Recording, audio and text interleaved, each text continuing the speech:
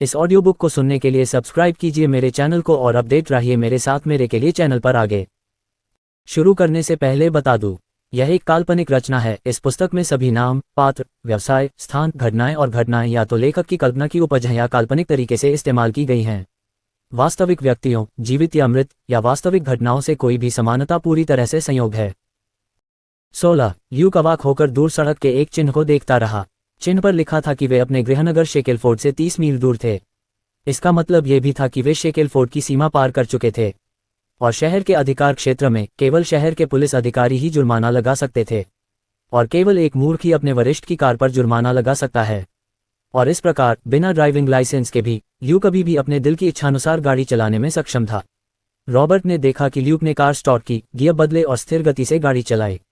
जब कार बिना किसी समस्या के सड़क पर आ गई तो उसने चिंता करना बंद कर दिया और कहा, देखो तुम गाड़ी चलाने में कितने अच्छे हो। तुमने खेत के आसपास बहुत गाड़ी चलाई होगी, है न? तो फिर तुम लाइसेंस क्यों नहीं बनवा लेते? ल्यूक ने जवाब दिया, ओम, मैं इस मामले के बाद ऐसा करूंगा। रॉबर्ट ने कहा, तुम तेज गाड़ी चला सकते हो, तुम्हें पता है। ल्यूक ने जवाब दिया, 80 मील प्रति घंटा काफी है, अन्यथा मैं अब हमारी सुरक्षा सुनिश्चित नहीं कर पाऊंगा। ऐसा नहीं है कि मैं कोई अनुभवी ड्राइवर हूं। रॉबर्ट ने कहा, ठीक है, जब हम वहां पहुंच जाएं तो मुझे जगा देना। फिर उसने अपनी आंखें बंद कर लीं और वापस लेट गया और मामले के बारे में सोचने लगा। कार के अंदर रेडियो पर केवल देशी संगीत की आवाज सुनाई दे रही थी। लगभग 20 मिनट बाद ल्यूक रुक गया।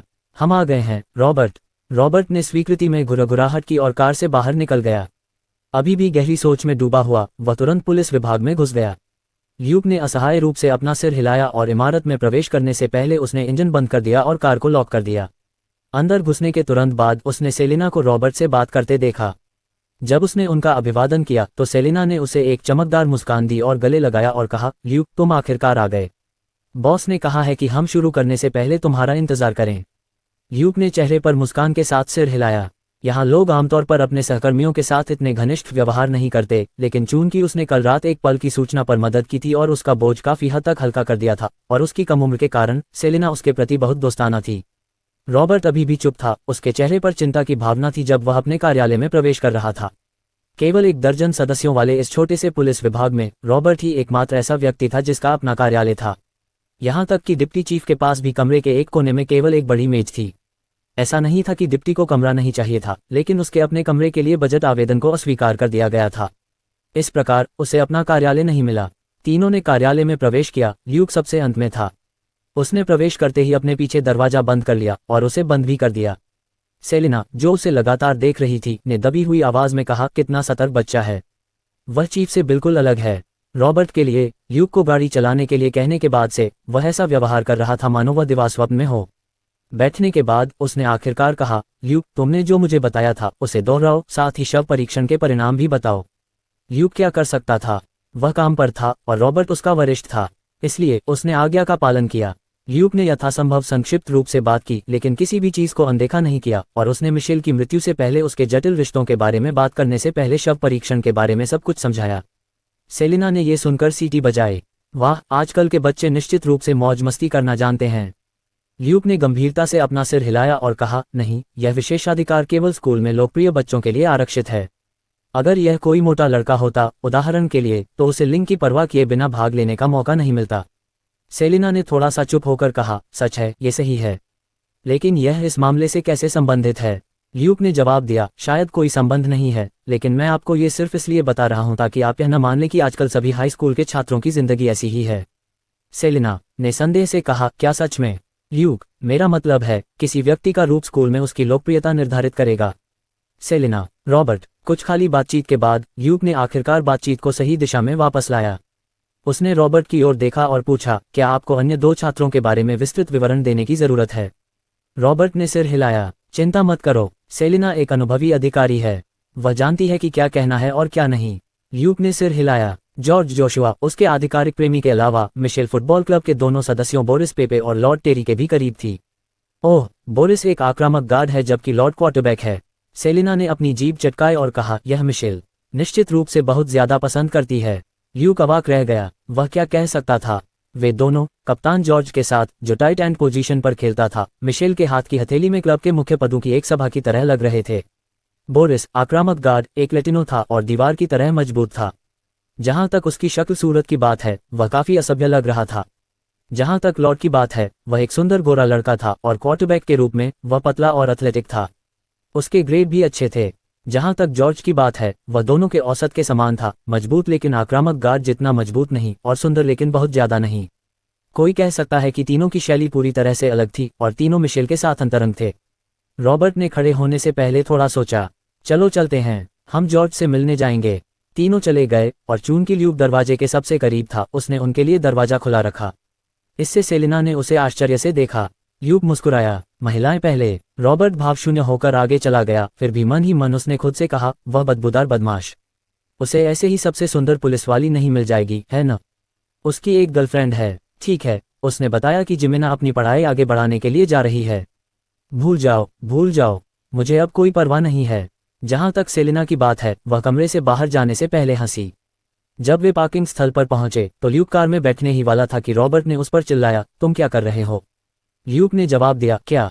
रॉबर्ट ने किनारे की ओर इशारा किया और कहा, सेलिना तुम्हारी साथी है, वहां जाओ। ल्यूक को एहसास हुआ और वह जल्दी से सेलिना के पास चला गया। सेलिना पहले से ही ड्राइवर की सीट पर बैठी थी और वह दिल खोलकर हंसी। युवा ल्यूक, अब तुम एक अधिकारी हो और मेरे साथी भी। तुम हमेशा रॉबर्ट की दुम नहीं बने रह सकते। ल्यूक ने सीट बेल्ट लगाते हुए मुस्कुराया। तो तुम्हारा मतलब है कि मुझे तुम्हारी दुम बनना होगा? बोलते समय उसने अपने साथी के शरीर के एक खास हिस्से पर नजर डाली। सेलिना, रॉबर्ट सही था, तुम ईमानदार दिखते हो लेकिन अंदर से तुम बहुत चालाक हो। ल्यूक ने कहा, क्या तुम्हें यकीन है कि ये रॉबर्ट के शब्द थे? इस पूरी तरह से भावहीन सवालों के सामने सेलिना फिर से अवाक रह गई। उसने झुंझलाहट में अपना पैर पैडल पर पटक दिया और रॉबर्ट की कार के पीछे भाग गई। ठीक है, रॉबर्ट ने जो कहा वह ये था कि तुम बेवकूफ़ दिखते हो लेकिन वास्तव में बहुत होशियार हो। ल्यूक ने कहा, इसे भूल जाओ, मैं चाहूंगा कि वह मुझे चालाक कहे। प्रतिक्रिया देने से पहले सेलिना फिर से चुप हो गई। हा, तो तुम्हें बेवकूफ़ कहलाना पसंद नहीं है? ल्यूक ने अपनी आंखें घुमाईं। क्या तुम ऐसा कहलाना पसंद करोगी? सेलिना फिर से अवाक रह गई। ल्यूक ने अपनी जेब से कुछ निकाला और कहा, ठीक है बॉस, आओ कैंडी लो, और फिर उसे च्यूइंग गम का एक टुकड़ा दिया। सेलिना ने च्यूइंग गम लिया, उसे एक हाथ से खोला और अपने मुंह में ठूंस लिया। चबाते हुए उसने बुदबुदाया, अगर रॉबर्ट भी तुम्हारी तरह मोटी चमड़ी वाला होता तो वह अब तक नॉक्स सिटी का पुलिस प्रमुख बन चुका होता।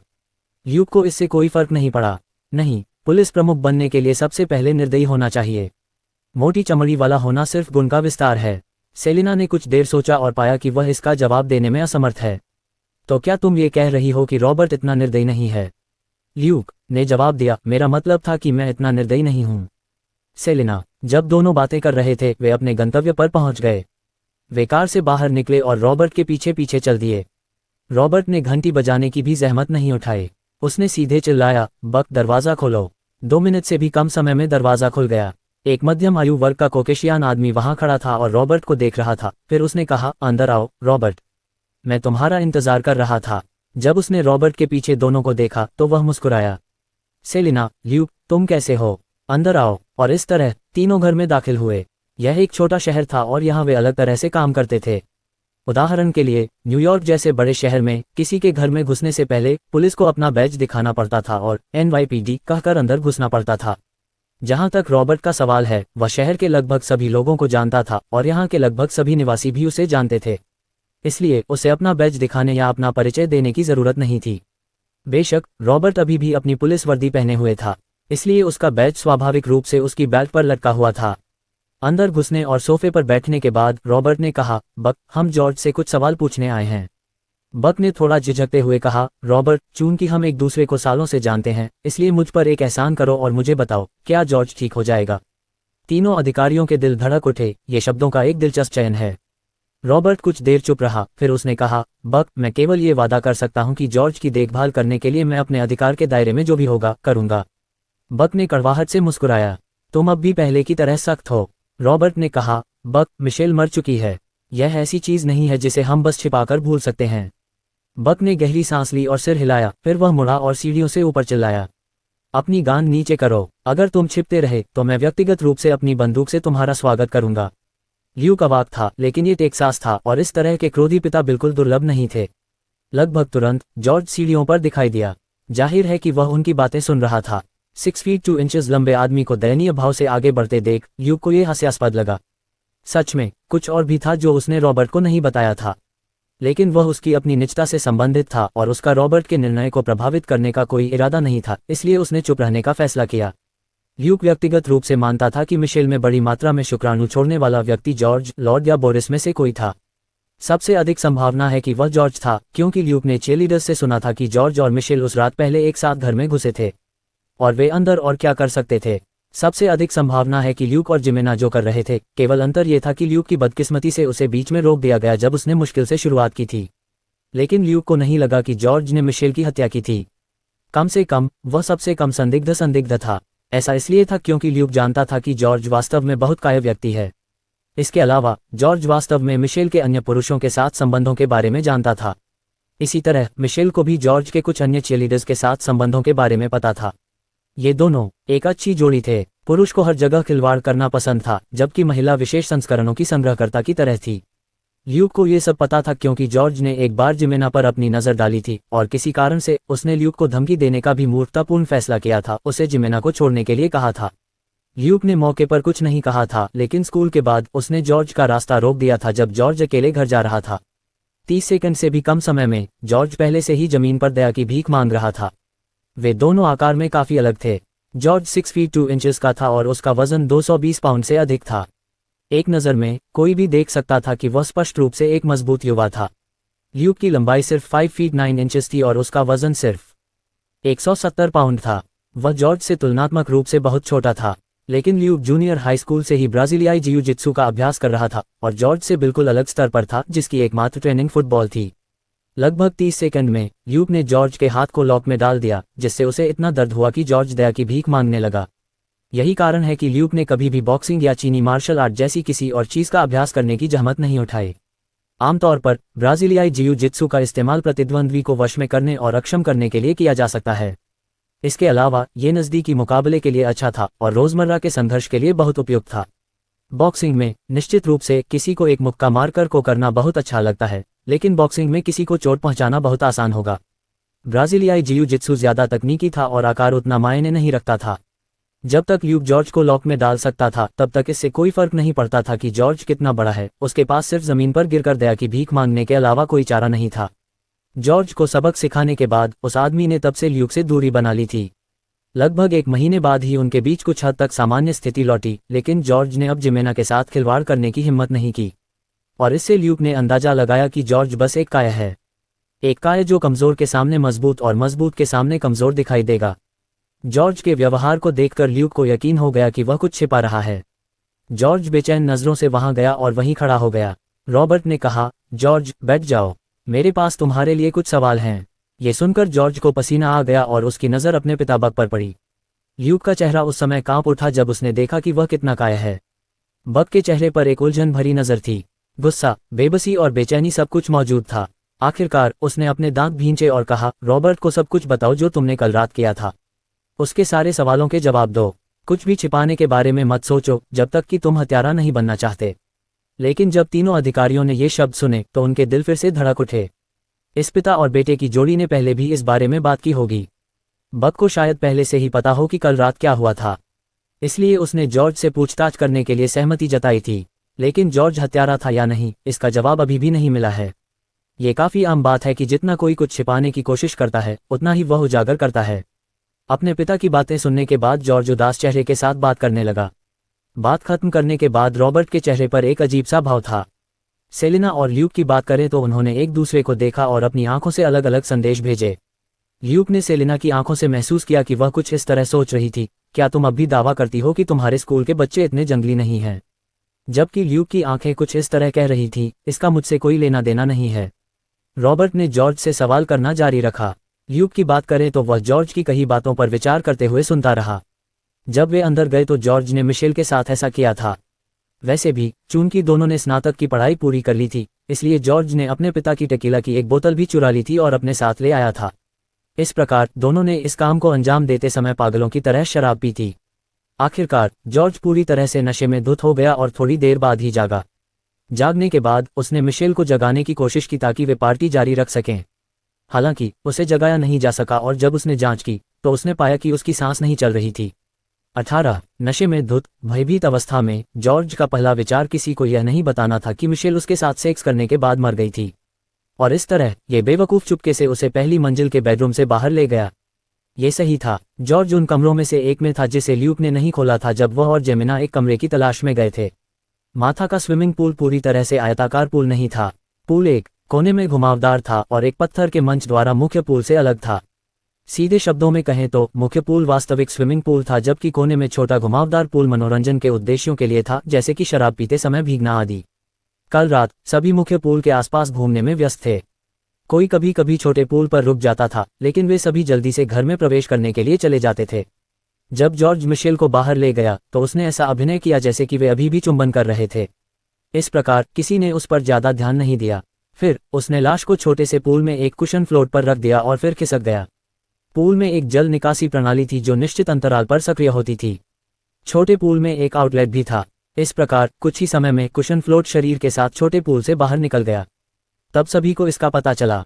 जॉर्ज ने ऐसा क्यों किया, इस बारे में कोई केवल यही कह सकता है कि वह बस एक मूर्ख था। उसके दिमाग में एक भी तर्कसंगत विचार नहीं आया था। वह एक मांसपेशियों वाला व्यक्ति था जिसे खेल पसंद थे और पढ़ाई करना पसंद नहीं था, और कोई यह कह सकता था कि जॉर्ज सीखने की बाधा वाले किसी व्यक्ति से थोड़ा ही होशियार था। इस तथ्य के साथ कि लोग नशे में होने पर ठीक से नहीं सोचते, जॉर्ज ने कुछ ऐसा बेवकूफ़ी भरा काम करने का फैसला किया। रॉबर्ट और सेलिना ने अपनी राय अपने तक ही सीमित रखी।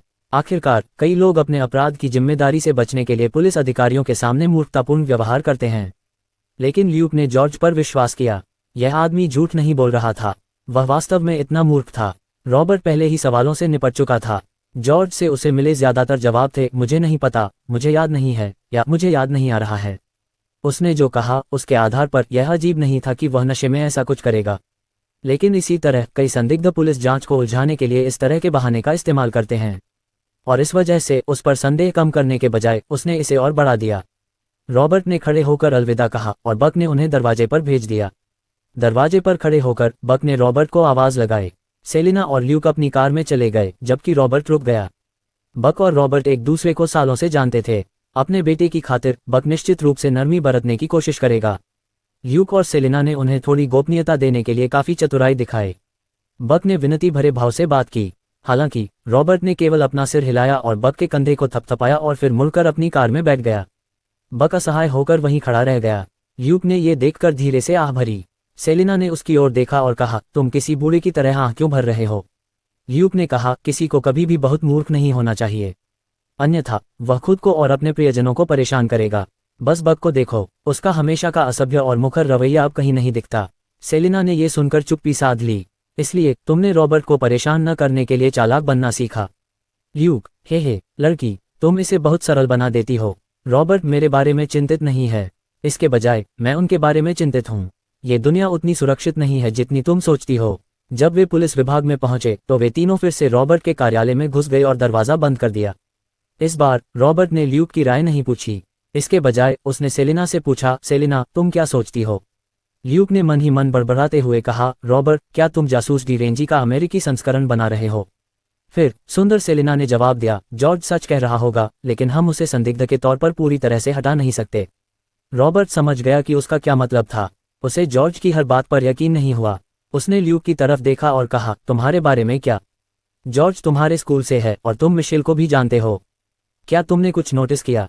ल्यूक ने थोड़ा सोचा और कहा, रॉबर्ट, क्या तुमने इस बारे में इस तरह से सोचा है? हत्यारे ने मिशेल को गला घोंटकर नहीं मारा, बल्कि उसे मारने के लिए तकिए जैसी किसी चीज का इस्तेमाल किया।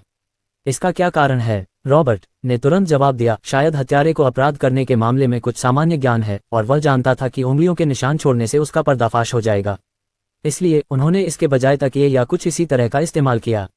ल्यूक ने कहा, एक और संभावना है। हत्यारे के आकार और शारीरिक शक्ति को देखते हुए उसने अपने हाथों के बजाय तकिया का उपयोग करने का फैसला किया।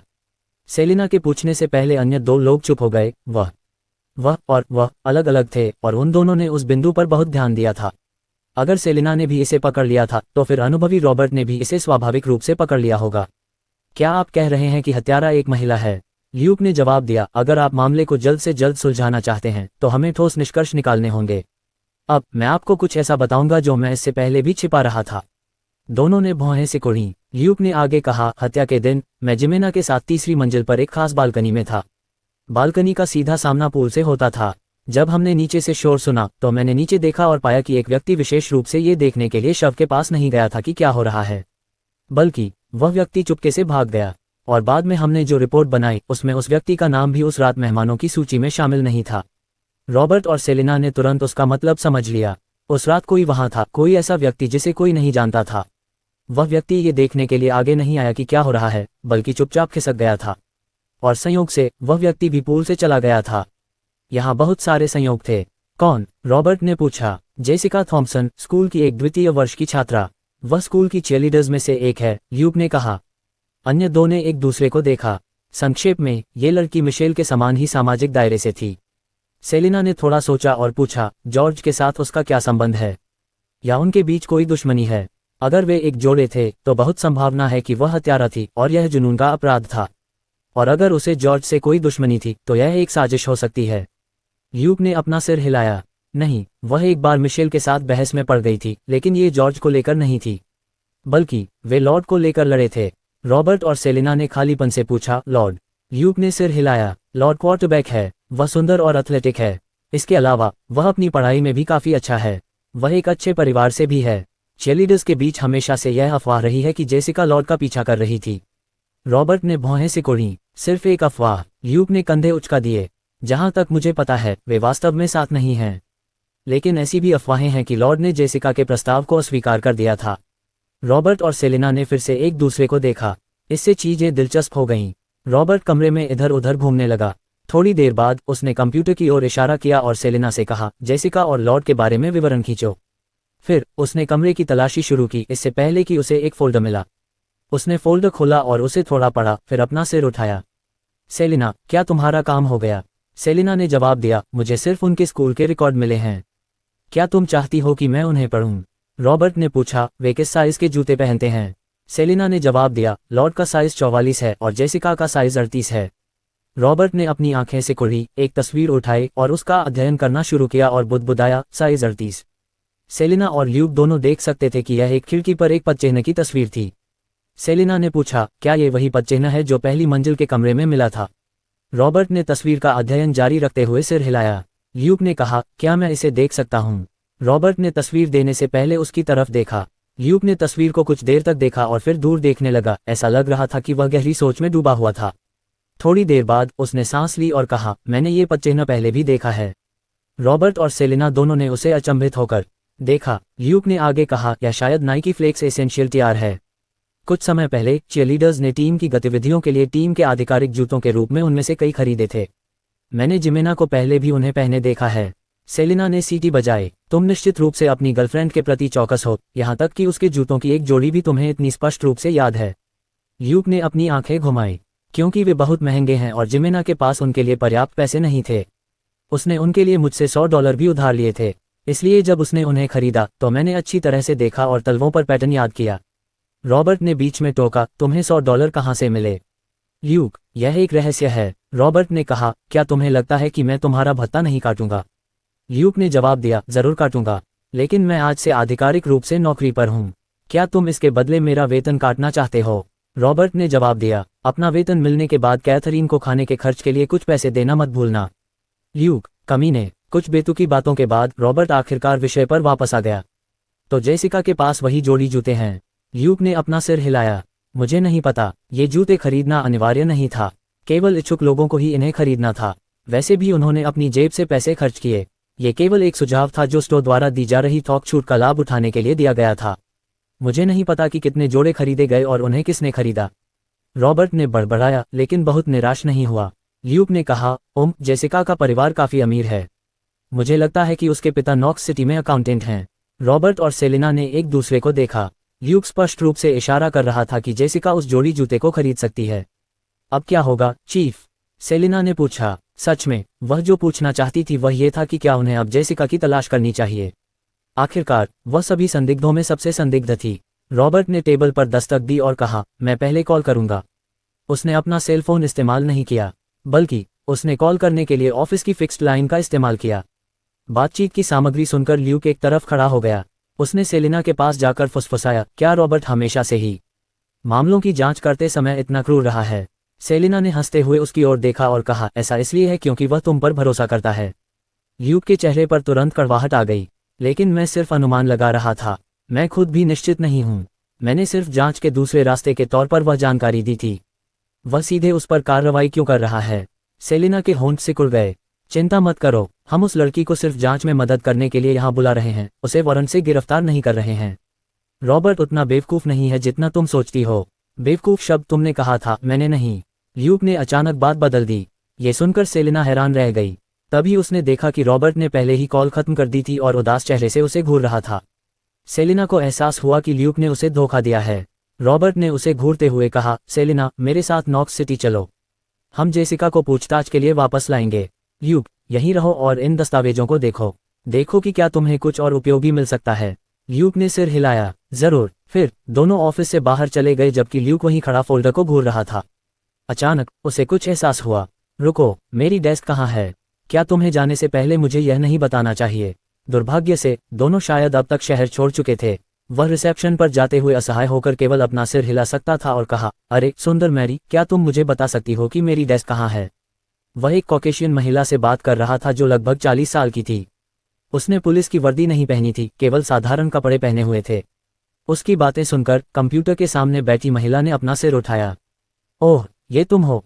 छोटे शैतान, तुम्हारा मुंह तो मीठा है। क्या रॉबर्ट ने तुम्हारे लिए डेस्क का इंतजाम नहीं किया? अंदर जाओ, बाएं कोने में 2 डेस्क हैं, खाली वाली तुम्हारी है। ल्यूक मुस्कुराया और पूछने से पहले उसका धन्यवाद किया, तो मेरे बगल वाली डेस्क किसकी है? मैरी ने जवाब दिया, सेलिना की। क्या तुम्हें नहीं पता? हैंक ने इस्तीफा दे दिया है और वह सेलिना का साथी हुआ करता था। स्वाभाविक रूप से उनके डेस्क एक दूसरे के बगल में स्थित हैं। खाली डेस्क हैंक की हुआ करती थी। ल्यूक को आखिरकार समझ में आ गया। मैं समझ गया। मैरी ने उसकी तरफ देखा। मुझे मत बताओ कि तुम नहीं जानते कि सेलिना तुम्हारी साथी भी होगी, है ना? ल्यूक ने अपना सिर थपथपाया। हाँ, मुझे पता है। मैंने बस इस तरह से नहीं सोचा था। तुम्हारी याद दिलाने के लिए धन्यवाद, मैरी। मैरी मुस्कुराए। क्या तुम्हें डेस्क साफ करने के लिए मेरी मदद की ज़रूरत है? हैंक एक भुलक्कड़ मूर्ख है, इसलिए उसने शायद कुछ सामान पीछे छोड़ दिया है। ल्यूक ने कहा, नहीं, ये ठीक है। तुम भी बहुत व्यस्त हो। मैं खुद ही कर लूँगा। क्या तुम्हारे पास कोई खाली बॉक्स है? मैं उसका सारा सामान एक खाली बॉक्स में रख दूंगा।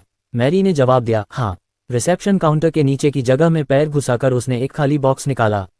फिर उसने बॉक्स उठाया और ल्यूक को थमा दिया। मदद के लिए शुक्रिया, मैरी। ल्यूक मुस्कुराया, हाथ हिलाया और फिर से ऑफिस में दाखिल हुआ। जब उसे खाली डेस्क मिली तो उसने देखा कि हैंक ने वैसे भी बहुत ज़्यादा चीज़ें पीछे नहीं छोड़ी थीं। वहाँ सिर्फ कुछ छोटी छोटी चीज़ें थीं जिनका उसे कोई इस्तेमाल नहीं था या वह उन्हें हटाने में बहुत आलसी था। ल्यूक ने बॉक्स को डेस्क के नीचे रख दिया। उसे लगा कि मौजूदा डेस्क उसके लिए पहले से ही पर्याप्त थी, इसलिए उसे इसे साफ करने और ज़्यादा जगह बनाने की जल्दी नहीं थी।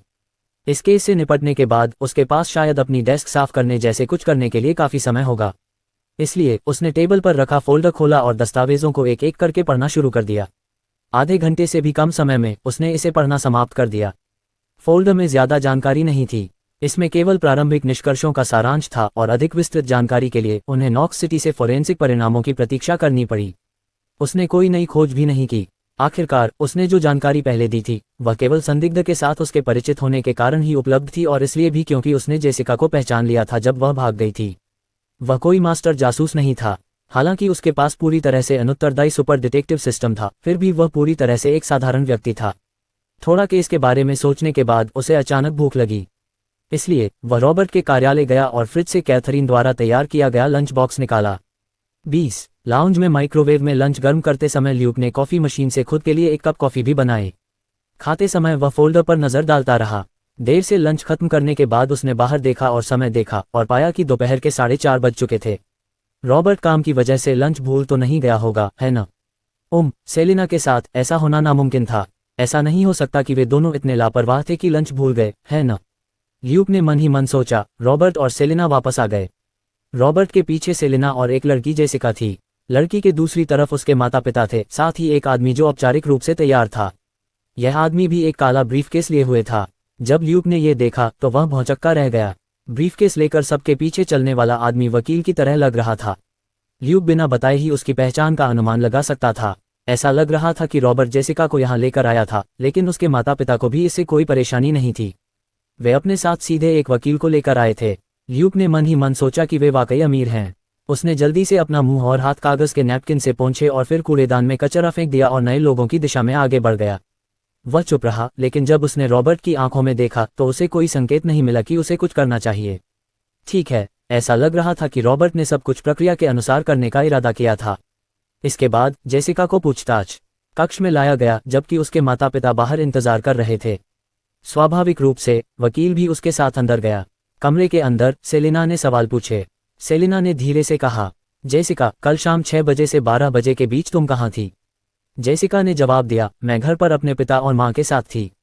बिंगो, ल्यूक ने मन ही मन सोचा। वकील ने जेसिका को जवाब देने से नहीं रोका। आखिरकार यह एक बहुत ही सामान्य सवाल था जो उसके मुवक्किल की निजता को छूता तक नहीं था। आमतौर पर अगर संदिग्ध कुछ भी कहने से इनकार करता तो ऐसा तब होता जब उसे पता होता कि उसके बचने की कोई उम्मीद नहीं है। जितना ज्यादा वे बोलते उतना ही ज्यादा खुलासा करते। ऐसी स्थिति में संदिग्ध बस बात करने से इनकार कर देता ताकि और भी सुराग न उजागर हो। फिलहाल जेसिका अभी भी गिरफ्तार नहीं थी, इसलिए वकील स्वाभाविक रूप से उसे सवालों के जवाब देने से मना करने के लिए नहीं कहेगा। लेकिन ल्यूक का मानना था कि जेसिका ने शायद अपने माता पिता को नहीं बताया होगा कि वह कल पार्टी में थी, अन्यथा वकील उसे झूठ बोलने का एक बिल्कुल अलग तरीका सिखा देता। पूछताछ सुचारू रूप से और मध्यम गति से आगे बढ़ी और सेलिना अपने सवालों के साथ बहुत आक्रामक नहीं थी। उसने केवल जेसिका के मृतक और अन्य संदिग्धों के साथ संबंधों के बारे में पूछा और उससे पूछा कि क्या उसने इससे पहले कुछ असामान्य देखा था और इसी तरह। 1 घंटे से भी कम समय में पूछताछ समाप्त हो गई। रॉबर्ट ने फिर परिवार को उनके वकील के साथ भेज दिया। जब ल्यूक ने उन्हें गाड़ी चलाते हुए देखा तो उसने धीमी आवाज में कहा, बस इतना ही। रॉबर्ट ने जवाब दिया, बेशक, कम से कम हमारे पास आज की पूछताछ की रिकॉर्डिंग है। ये हमारे मामले को पुख्ता करने के लिए मजबूत सबूत के तौर पर काम करेगा। ये सच था, उन्हें केवल ये सबूत खोजने की जरूरत थी कि जेसिका पार्टी में थी। ऐसा करके भले ही वे ये साबित न कर पाएं कि वह दोषी थी, लेकिन वे ये साबित कर पाएंगे कि वह झूठ बोल रही थी। इसके बाद ल्यूक को केस पर काम करने के लिए बाहर नहीं भेजा गया। इसके बजाय उसे शिफ्ट वर्क पर ऑफिस में छोड़ दिया गया और शहर के छोटे मोटे केस और मुद्दों को निपटाने लगा। ल्यूक को इससे कोई फर्क नहीं पड़ा। एक केस को सुलझाने के बाद जिसमें झगड़ा शामिल था, उसने 3 अनुभव और क्रेडिट पॉइंट प्राप्त किए। एक गुमशुदा कुत्ते के केस को सुलझाने और कुत्ते को उसके मालिक को वापस पहुंचाने के बाद उसने 2 अनुभव और क्रेडिट पॉइंट प्राप्त किए। घर पर एक दादी की मदद करने के बाद उसने 2 अनुभव और क्रेडिट पॉइंट प्राप्त किए। रॉक म्यूजिक बजाने वाले कुछ बच्चों के खिलाफ शोर की शिकायत से निपटने के बाद उन्होंने 2 अनुभव और क्रेडिट अंक प्राप्त किए। अवैध रूप से पार्क की गई कार पर जुर्माना लगाने के बाद उन्होंने 2 अनुभव और क्रेडिट अंक प्राप्त किए। ल्यूक ने कई मुद्दों को संभालते हुए लगन से काम किया, जैसे कि उन घटनाओं के लिए डिस्पैच बुलाना जिनके लिए इसकी आवश्यकता थी, मौके पर कुछ अनसुलझे मुद्दों को हल करना, यदि आवश्यक हो तो चीजों को बाहर निकालना या आवश्यकतानुसार लोगों को पुलिस विभाग में वापस भेजना। लगभग 5 दिनों के बाद उन्होंने 76 अनुभव और क्रेडिट अंक अर्जित किए थे। 10 अंक और 2 अंक को छोड़कर जो उन्होंने पहली बार काम पर रखे जाने पर और जब उन्होंने बिल्ली को बचाया था तब अर्जित किए थे। उन्होंने पिछले 5 दिनों में 64 अंक अर्जित किए थे। वह प्रतिदिन 10 से अधिक अंक बना रहा था। हालांकि यह काफी धीमा था, लेकिन ल्यूक जल्दी में नहीं था। और फिर सप्ताहांत आ गया। वह सप्ताहांत में देर से उठा, सुबह 9 बजे के बाद ही बिस्तर से बाहर निकला। जम्हाई लेते हुए वह रसोई में गया और व्यस्त कैथरीन के माथे पर एक चुंबन दिया। आज तुम क्या स्वादिष्ट खाना बना रही हो? कैथरीन मुस्कुराए। स्टेक, सलाद, सेब पाए और टमाटर का सूप। ल्यूक ने सिर हिलाया। ये बहुत अच्छा लगता है। ऐसा नहीं था कि उसे खुद कुछ करना था, वह मुफ्त में खा रहा था। क्या इसमें कुछ बुरा था? कैथरीन ने पूछा। रॉबर्ट से पूछो कि क्या उसके पास कोई खाली समय है। शायद हम आज रात बारबेक्यू कर सकें। ल्यूक ने अपना सिर हिलाया। भूल जाओ, वह अभी भी व्यस्त है। मुझे यकीन है कि उसके पास कोई खाली समय नहीं होगा। ये कहने के बाद उसने रोटी का एक निवाला खाया। ठीक उसी क्षण सिस्टम से अचानक प्रतिक्रिया हुई। मिशन, मिशेल की हत्या का मामला सुलझा। मिशन पूरा करने पर कुल 100 अनुभव और 100 क्रेडिट मिलते हैं। चूंकि मिशन में होस्ट का योगदान 70% था, इसलिए होस्ट को 70 अनुभव और 70 क्रेडिट पॉइंट दिए गए हैं। अनुभव 100 अंक तक पहुंच गया है, इसलिए मेजबान लेवल 1 पर पहुंच गया है। इससे ल्यूक का गला घुट गया और फिर उसने खांसकर उसे बाहर निकाल दिया, जिससे ब्रेड पूरी मेज पर फैल गई। इस आश्चर्य ने उसे पूरी तरह से चौंका दिया था। कैथरीन की उत्सुक नज़र का सामना करते हुए ल्यूक ने कहा कि उसने लापरवाही से ब्रेड को गले में डाल लिया था, इससे पहले कि वह ब्रेड और एक गिलास दूध लेकर रसोई से बाहर भागता। वह घर के सामने एक कुर्सी पर बैठ गया और दूध और ब्रेड को टेबल पर रख दिया, इससे पहले कि वह अपना ध्यान सिस्टम पर केंद्रित करता। ये बेवकूफ सिस्टम पिछले कुछ दिनों से चुप था, चाहे उसने कुछ भी किया हो। सिस्टम से उसे जो एकमात्र प्रतिक्रिया मिली थी वह पुलिस के काम से प्राप्त अनुभव और क्रेडिट पॉइंट थे। लेकिन आज उसने वास्तव में लेवल अप किया था। थोड़ी देर बाद ल्यूक ने सिस्टम में जानकारी की जांच की और बहुत खुश हुआ। चरित्र ल्यूक, उपनाम ल्यूक कूल्सन, अतिरिक्त स्टेट पॉइंट 3, ताकत 12, निपुणता 11, मानसिक ताकत 12, स्तर 1, अनुभव 46, क्रेडिट 146। अरे वाह, लेवल अप। लेवल अप करने पर मुफ्त स्टेट पॉइंट थे। ये बहुत अच्छी खबर थी। ल्यूक को इस तरह की सरल प्रणाली पसंद थी। ठीक है, वह प्रतिक्रिया की कमी के लिए सिस्टम को माफ कर सकता था। चूंकि वह अतिरिक्त स्टेट पॉइंट प्राप्त कर सकता था, इसलिए उसके लिए यह पर्याप्त से अधिक था। लेकिन उसके अनुभव से 100 अंक काट लिए गए थे, जिससे केवल 46 अंक बचे। जहां तक उसके क्रेडिट की बात है, उसके पास अभी भी 146 अंक थे। जाहिर है, यहाँ दर्शाया गया अनुभव एक अनुभव बार जैसा कुछ था, जो केवल उसके वर्तमान स्तर के लिए उसकी प्रगति को दर्शाता था। लापता 100 अंक उसके लेवल अप के लिए इस्तेमाल किए गए थे, और लेवल अप करने का लाभ मुफ्त स्टेट पॉइंट थे। उसे सिस्टम से स्टेट पॉइंट्स के बारे में बताने की भी जरूरत नहीं थी। वह जानता था कि 3 पॉइंट्स को 3 मुख्य स्टेट में जोड़ा जा सकता है। इसका क्या मतलब था? एक सामान्य व्यक्ति के पास औसतन 10 पॉइंट्स होते हैं। ल्यूक को 9 पॉइंट्स प्राप्त करने के लिए केवल 3 बार लेवल अप करने की जरूरत थी, और अगर वह उन सभी को एक ही स्टेट में जोड़ देता तो उसका स्टेट एक सामान्य व्यक्ति के लगभग दोगुना हो जाता। लेवल 10 या उस तरह पहुंचने पर वह एक मिनी सुपरमैन जैसा हो जाता। लेकिन अब इस बारे में ज्यादा उत्साहित होने का समय नहीं था। मिशेल की हत्या का मामला सुलझ गया था, लेकिन सच तो यह है कि ल्यूक ने पूरे मामले में हिस्सा नहीं लिया था, और इससे वह सिस्टम के काम करने के तरीके के बारे में एक महत्वपूर्ण जानकारी हासिल करने में सक्षम था। सुपर डिटेक्टिव सिस्टम पुलिस विभाग के किसी वरिष्ठ अधिकारी जैसा नहीं था। किसी मामले में किसी के योगदान की गणना करने का उसका अपना तरीका था। मिशेल के मामले में आवंटित कुल अंक 100 थे, जबकि ल्यूक ने इसे सुझाने में 70% योगदान दिया था। जब ल्यूक ने इसके बारे में सोचा तो शायद ऐसा इसलिए था क्योंकि उसने संदिग्ध की पहचान करने और उसे पकड़ने में बड़ी भूमिका निभाई थी। उदाहरण के लिए, पार्टी में उसने जो कुछ देखा था, उसके बिना जांच इतनी जल्दी जेसिका पर केंद्रित नहीं होती। अगर मामला तब तक खींचता रहता जब तक कि वह आगे की पढ़ाई के लिए शहर से बाहर नहीं चली जाती, तो जांच में सहायता के लिए उसे ढूंढना इतना आसान नहीं होता। इसके अलावा, जितना लंबा मामला खींचता, उतनी ही अधिक संभावना थी कि सबूत गायब हो जाएं। साथ ही मामले में शामिल लोगों की यादें धुंधली होने लगती, और यह सब जांच को प्रतिकूल रूप से प्रभावित करता। इस वजह से ल्यूक को 70% का योगदान दिया गया था, और इस मामले के लिए कुल अंकों में से 70% अंक दिए गए थे। इसका मतलब ये था कि अगर ल्यूक पुलिस का प्रमुख था और अपने अधीनस्थों के जरिए मामले सुलझाने के जरिए अंक जुटाना चाहता था, तो ऐसा होने की संभावना नहीं थी। उसे पुरस्कार पाने के लिए वास्तविक योगदान देना था। ल्यूक इस खोज से बहुत निराश नहीं था। यह इतना बुरा नहीं था।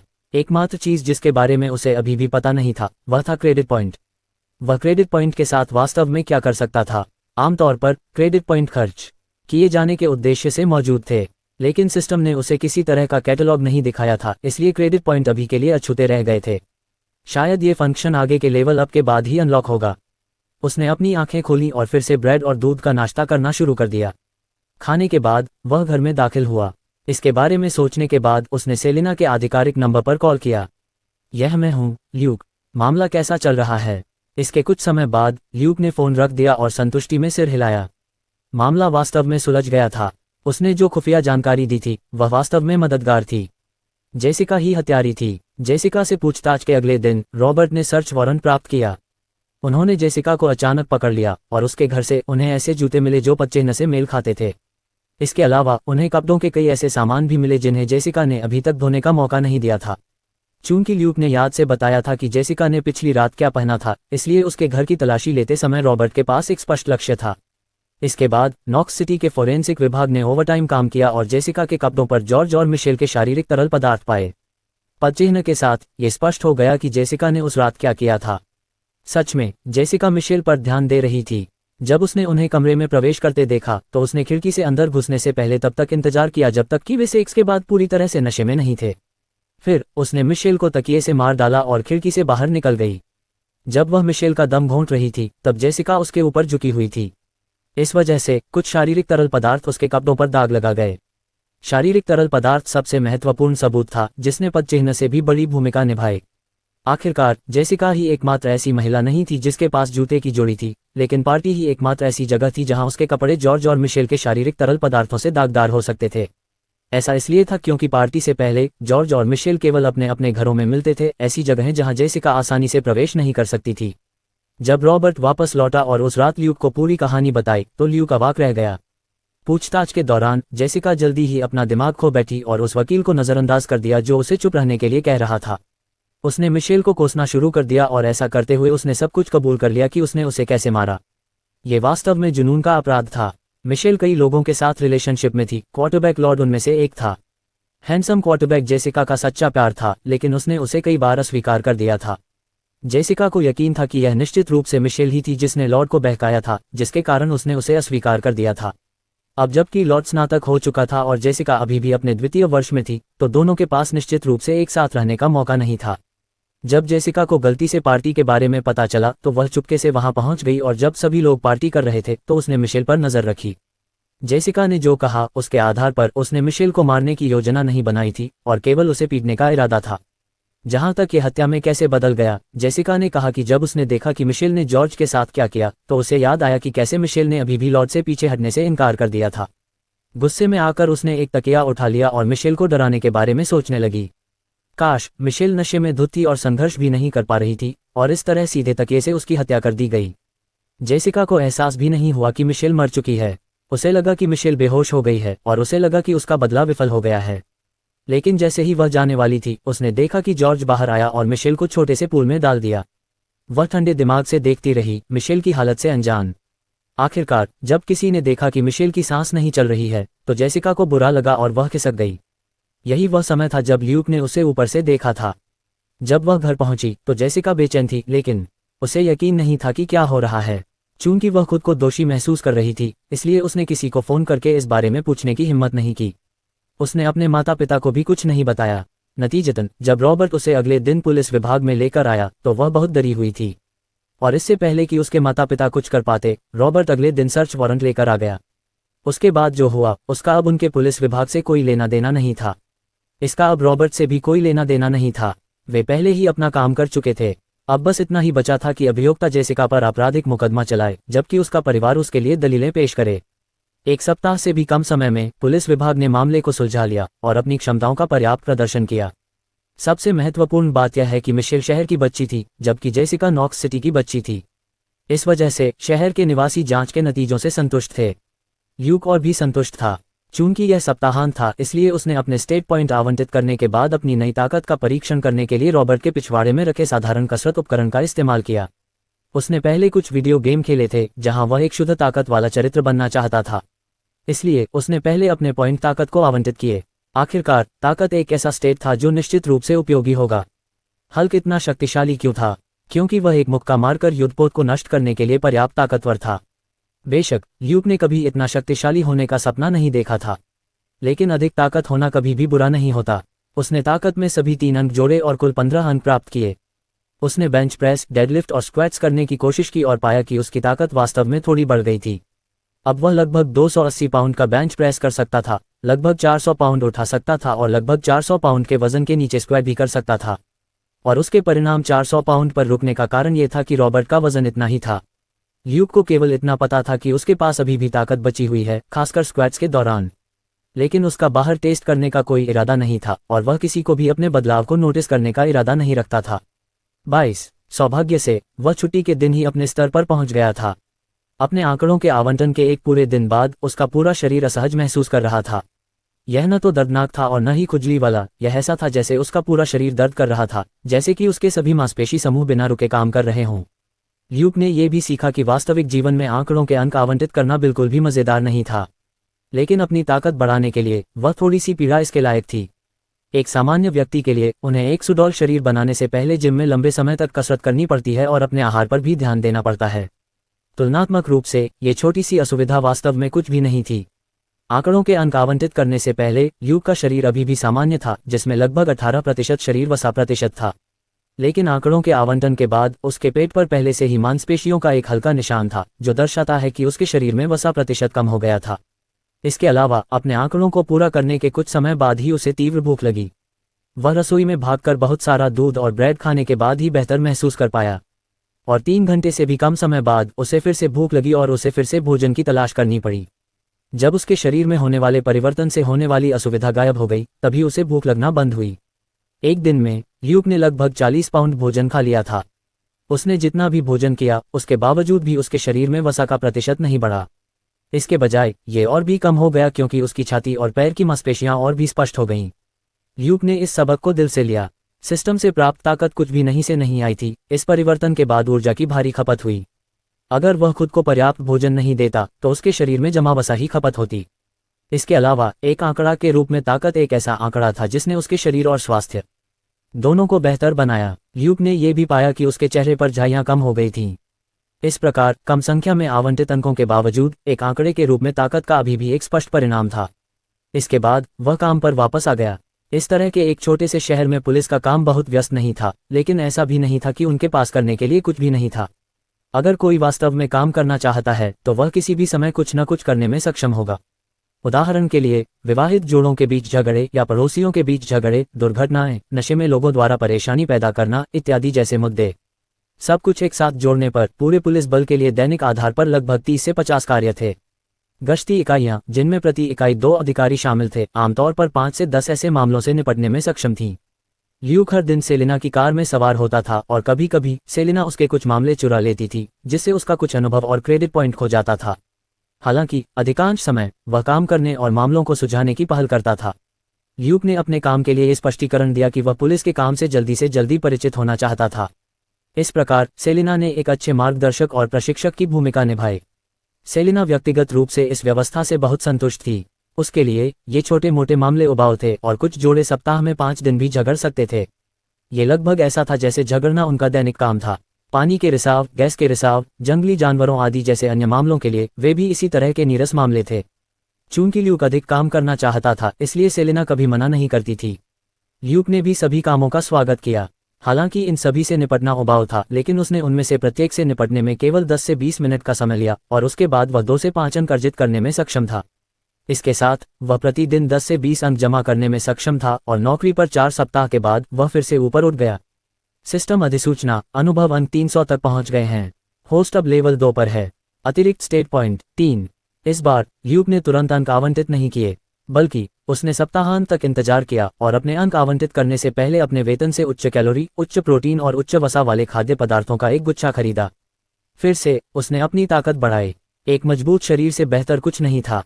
इसके अलावा उसने ताकत के आंकड़े को बढ़ाकर बाहरी और आंतरिक दोनों तरह के लाभ प्राप्त किए। ताकत में 3 अंक जोड़ने के बाद अब उसके पास 18 अंक की ताकत थी, जो एक सामान्य व्यक्ति की ताकत से लगभग 2 गुना था। अगले स्तर पर वह 21 तक पहुंचने के लिए ताकत में 3 और अंक जोड़ सकता था, जो आधिकारिक तौर पर एक सामान्य व्यक्ति की ताकत से 2 गुना से अधिक होगा। उस समय वह कितना शक्तिशाली होगा। ल्यूक ने अपने कमरे के अंदर भोजन से खुद को भरते हुए दिवास्वप्न देखा। उसके बाद उसने रॉबर्ट के वर्कआउट उपकरण का इस्तेमाल करके फिर से एक छोटा परीक्षण किया। इस बार वह लगभग 330 पाउंड का बेंच कर पाया। वह ये नहीं जांच पाया कि वह कितना उठा सकता है और कितना स्क्वाट कर सकता है, क्योंकि उसके पास कोई अतिरिक्त वजन नहीं था, लेकिन चूंकि वह रोजाना वर्कआउट करता था, इसलिए उसे लगा कि 440 पाउंड का वजन उसके लिए मामूली लगने लगा था। जाहिर है उसकी ताकत बहुत बढ़ गई थी। हमेशा की तरह ल्यूक ने कम प्रोफाइल बनाए रखी। उसने कम से कम आधे साल तक इसे जारी रखने की योजना बनाई। फिर वह ये दावा करना शुरू कर सकता था कि वह शारीरिक रूप से मजबूत बनने के लिए कड़ी मेहनत कर रहा था। यह अधिक विश्वसनीय होगा। आखिरकार उसे शुरू किए हुए केवल 1 महीना ही हुआ था। अगर वह अचानक मजबूत हो गया तो यह थोड़ा बहुत संदिग्ध होगा। बेशक इससे बहुत फर्क नहीं पड़ता। हालांकि ल्यूक को अपना ट्रम्प कार्ड सबके सामने प्रकट करना पसंद नहीं आया। इस बार आंकड़ों के आवंटन का परिणाम और भी स्पष्ट था। अगर ल्यूक को दिखावा करना पसंद नहीं होता तो उसे सिर्फ अपनी शर्ट ऊपर उठाकर अपने 6 पैक दिखाने की जरूरत होती, जैसे कि उन बॉडी बिल्डर करते हैं, और शायद कुछ मांसपेशियों को पसंद करने वाली लड़कियों को आकर्षित कर लेता। भले ही वह कम प्रोफाइल रखता हो, फिर भी सेलिना ने उससे पूछा था कि क्या वह कसरत कर रहा है, क्योंकि आजकल उसकी बांह की मांसपेशियां बहुत अच्छी लग रही हैं। ल्यूक सिर्फ इतना कर सकता था कि विषय बदल दे। आखिरकार उसने जो वर्दी पहनी थी वह छोटी आस्तीन वाली हल्के भूरे रंग की वर्दी थी। टेक्सास जैसी गर्म जगह में केवल एक बेवकूफ ही लंबी आस्तीन वाली वर्दी पहनेगा। इसलिए यह स्वाभाविक था कि वह अपनी बांह की मांसपेशियों को नहीं छिपा सकता था। सौभाग्य से बांह की मांसपेशियां छाती की मांसपेशियों जितनी स्पष्ट नहीं थीं। सेलिना ने जल्द ही इस विषय को छोड़ दिया। दूसरे स्तर के बाद ल्यूक और भी ज्यादा मेहनती हो गया।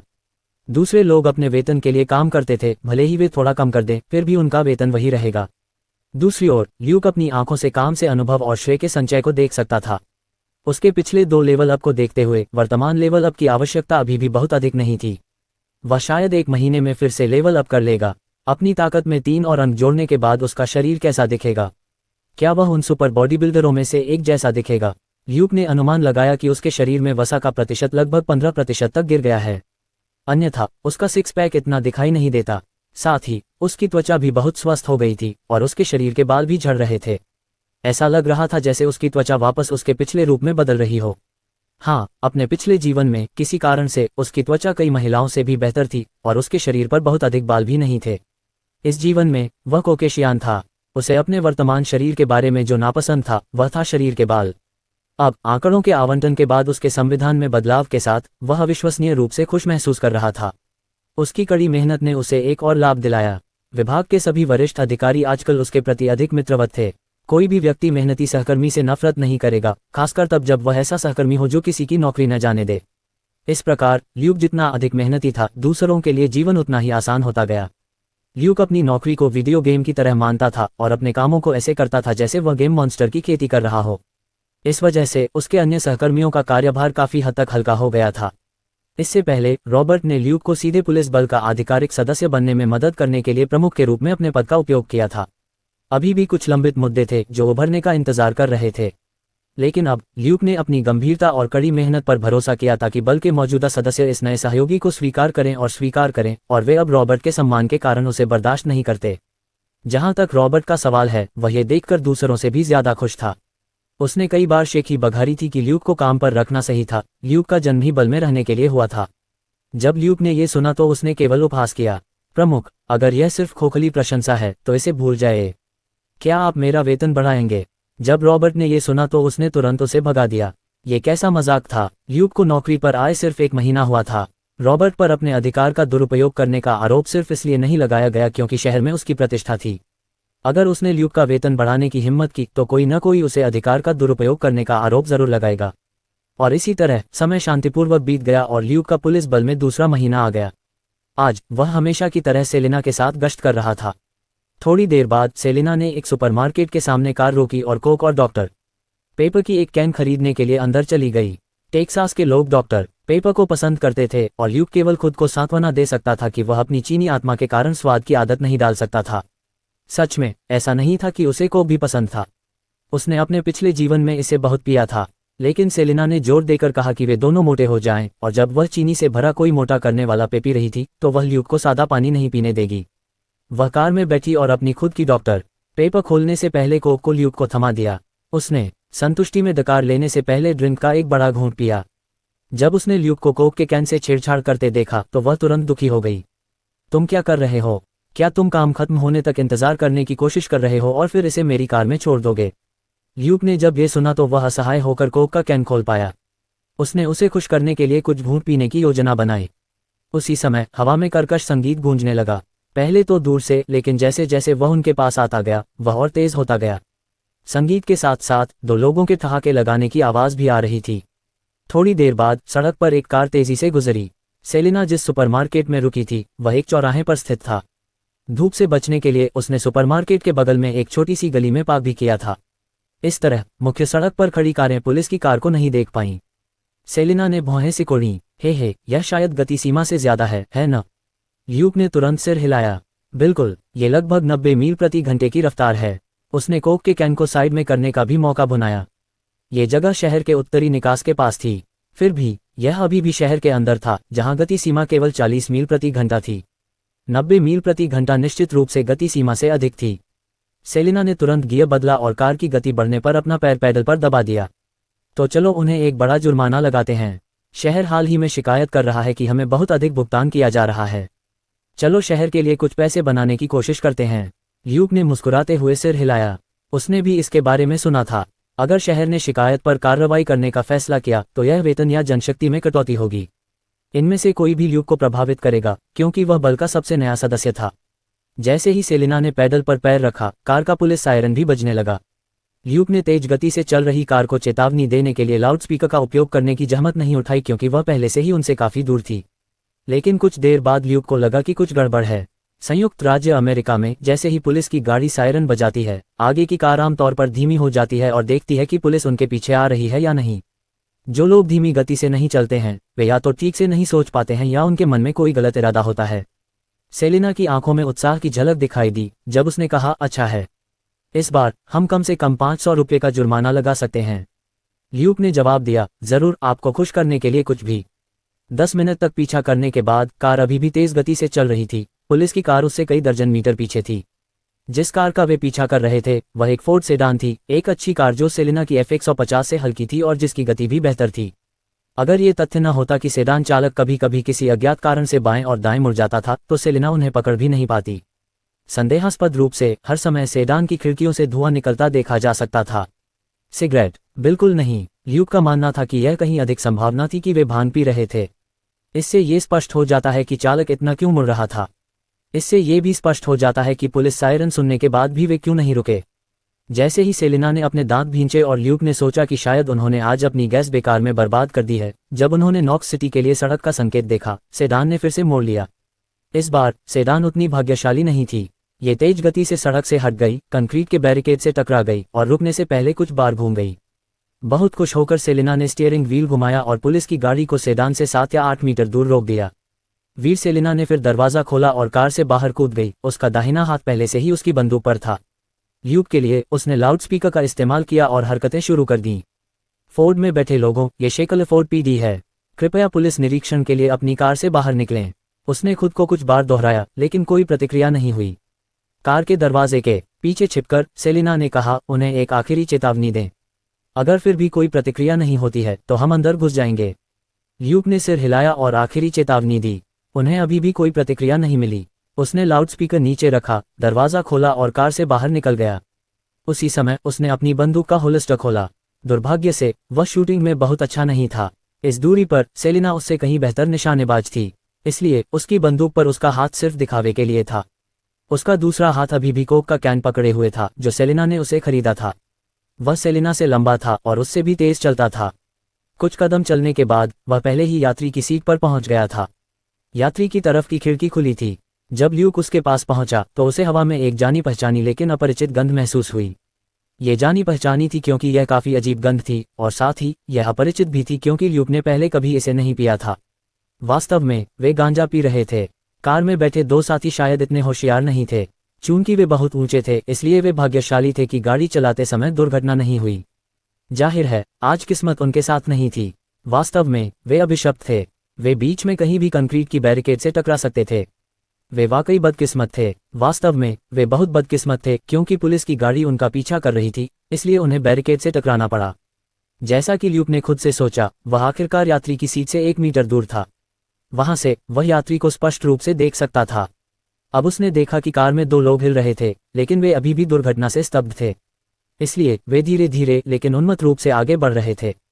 हालांकि ल्यूक की बढ़ी हुई दृष्टि बहुत तेज थी और वह तुरंत यह नोटिस करने में सक्षम था कि उनकी हरकतें असामान्य थीं।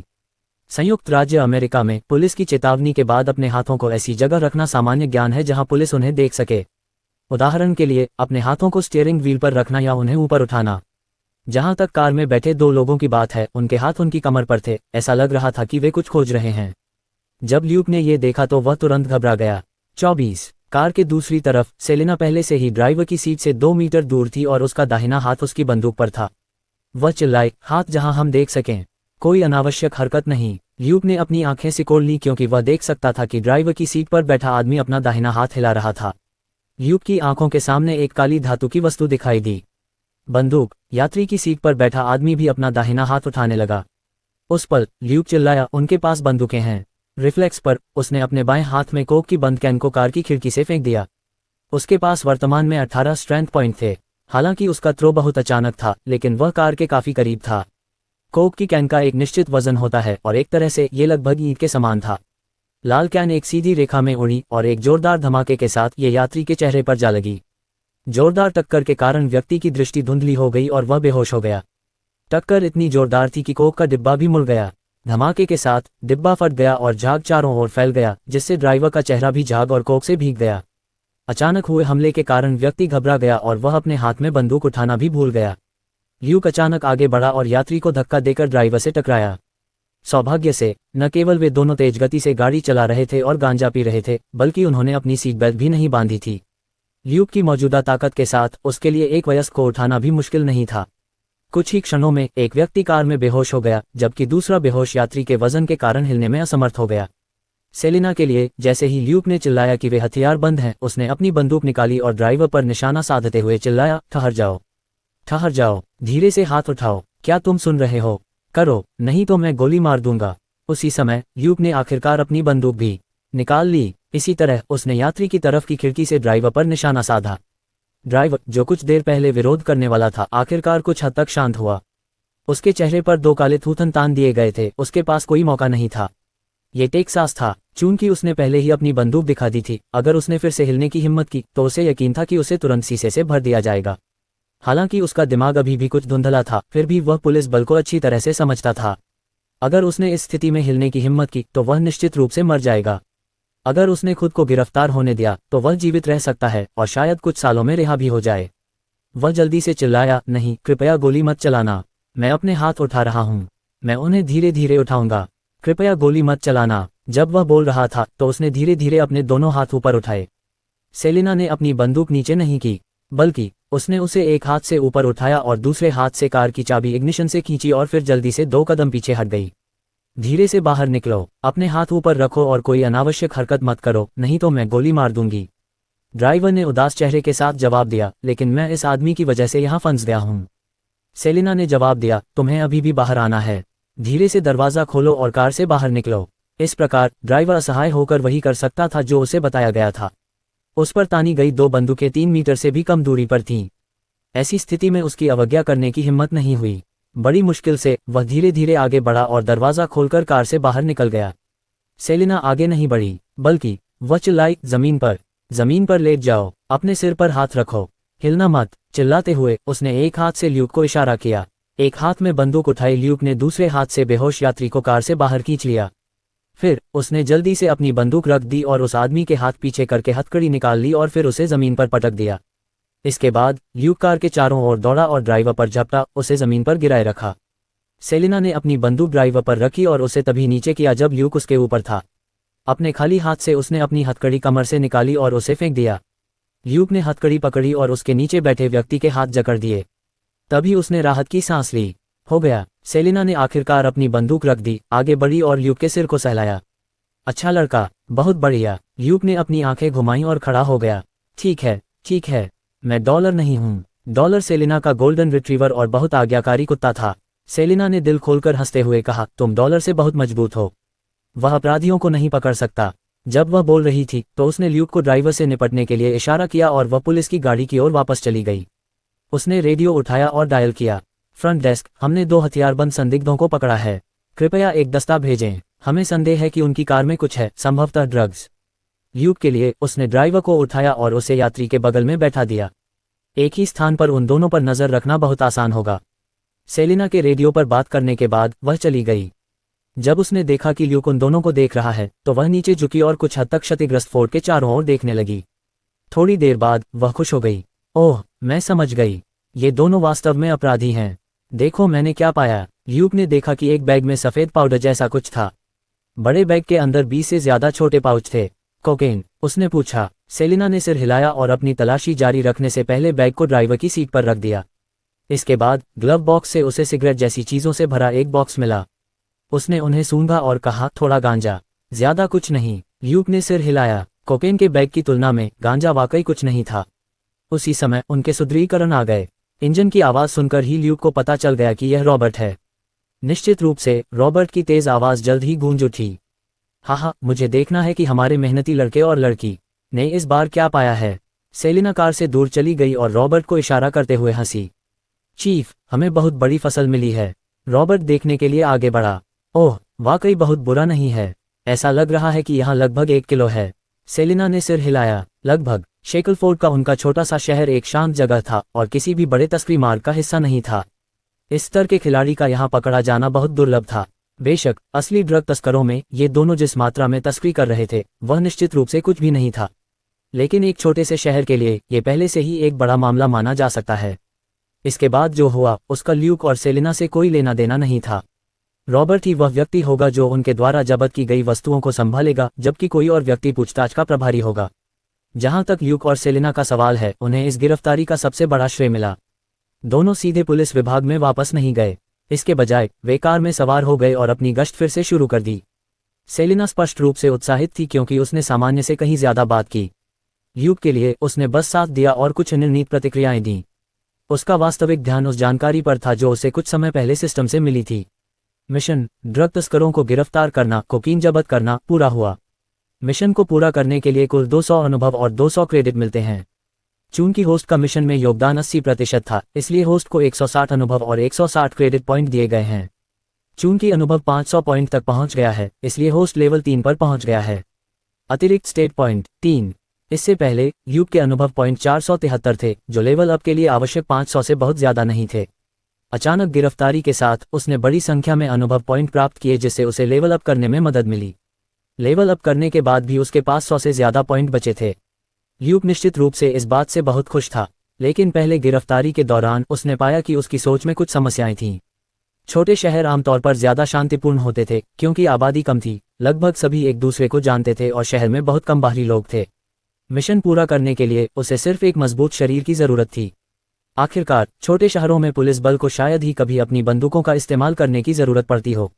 ज्यादातर समय वे किसी भी संघर्ष को हल करने के लिए अपनी शारीरिक शक्ति पर निर्भर रहते थे। पिछले 2 महीनों में ल्यूक ने कभी भी अपनी बंदूक होल्स्टर से बाहर नहीं निकाली थी। यह इस बात का स्पष्ट प्रमाण था कि यहाँ पुलिस बल को शायद ही कभी अपनी बंदूकों का इस्तेमाल करने का मौका मिलता है। इस प्रकार ल्यूक ताकत के हिसाब से पॉइंट आवंटित करने पर ध्यान केंद्रित कर रहा था। जब उसने पहले 2 ड्रग तस्करों को गिरफ्तार किया, तभी उसे एहसास हुआ कि संयुक्त राज्य अमेरिका में एक पुलिस अधिकारी के रूप में एक दिन ऐसा आएगा जब उसका सामना बंदूक से लैस किसी व्यक्ति से होगा। अगर उसके पास 20 या 30 ताकत के पॉइंट भी होते तो भी वह गोलियों को रोक नहीं पाता। जब भी वह किसी बंदूकधारी का सामना करता, चाहे वह कितना भी ताकतवर क्यों न हो, वह दुश्मन से कब भिड़ सकता था। अगर वह ऐसा करने की कोशिश करता तो वह और जल्दी मर जाता। सच में पुलिस अधिकारी के तौर पर अपने शुरुआती दिनों में उसे अपनी बंदूक का सही तरीके से इस्तेमाल करना सीखने पर ज्यादा ध्यान देना चाहिए था।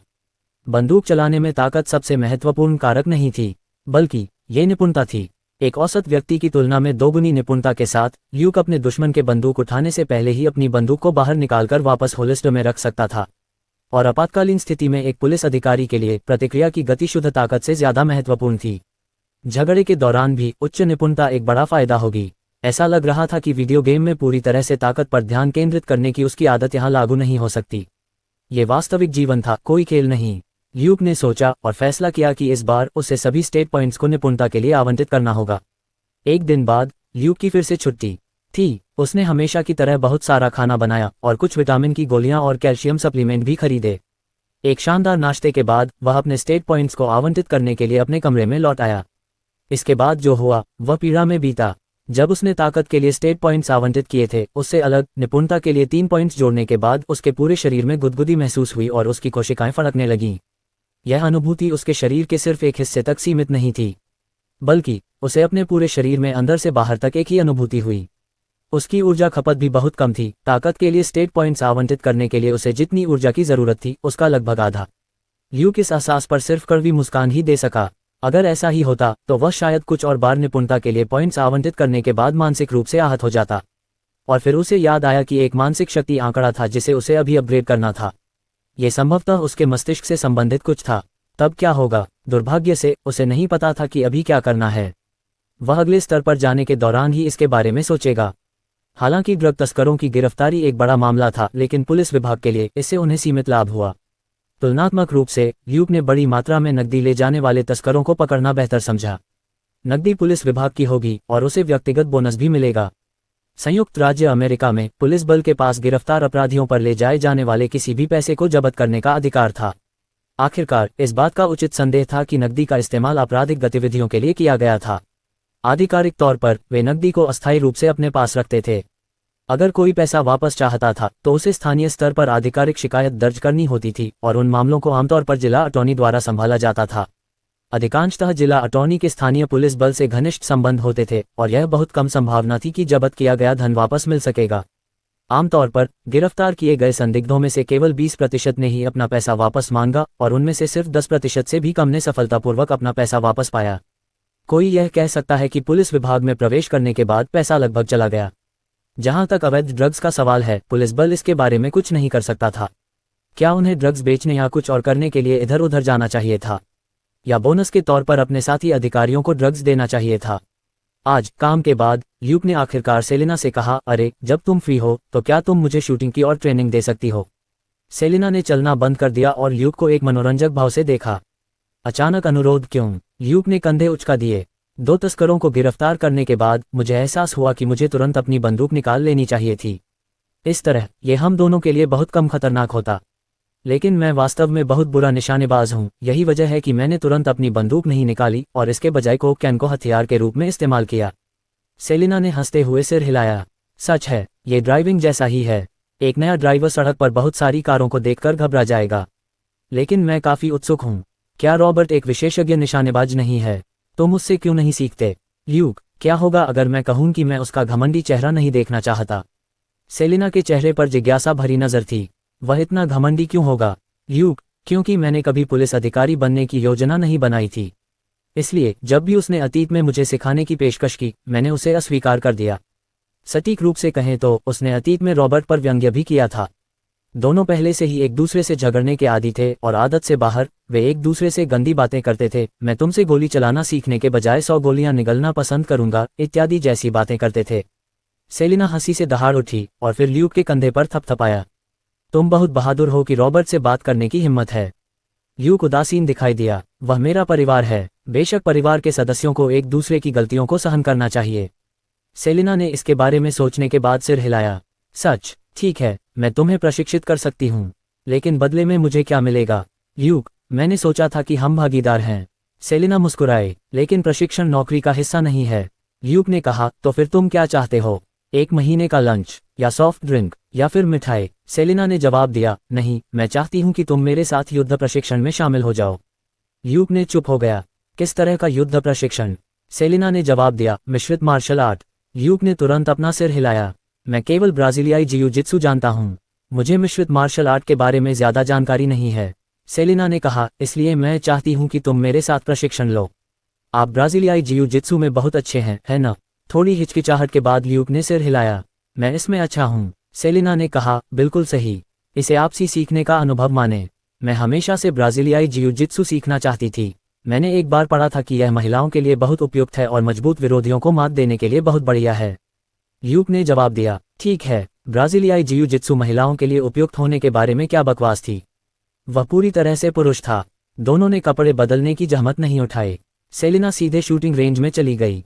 सटीक रूप से कहें तो यह एक बंदूक की दुकान थी जिसके साथ एक शूटिंग रेंज जुड़ी हुई थी। इसे शहर के बाहर बनाया गया था ताकि शोर की शिकायतों से बचा जा सके। आप सभी को सुनने के लिए धन्यवाद।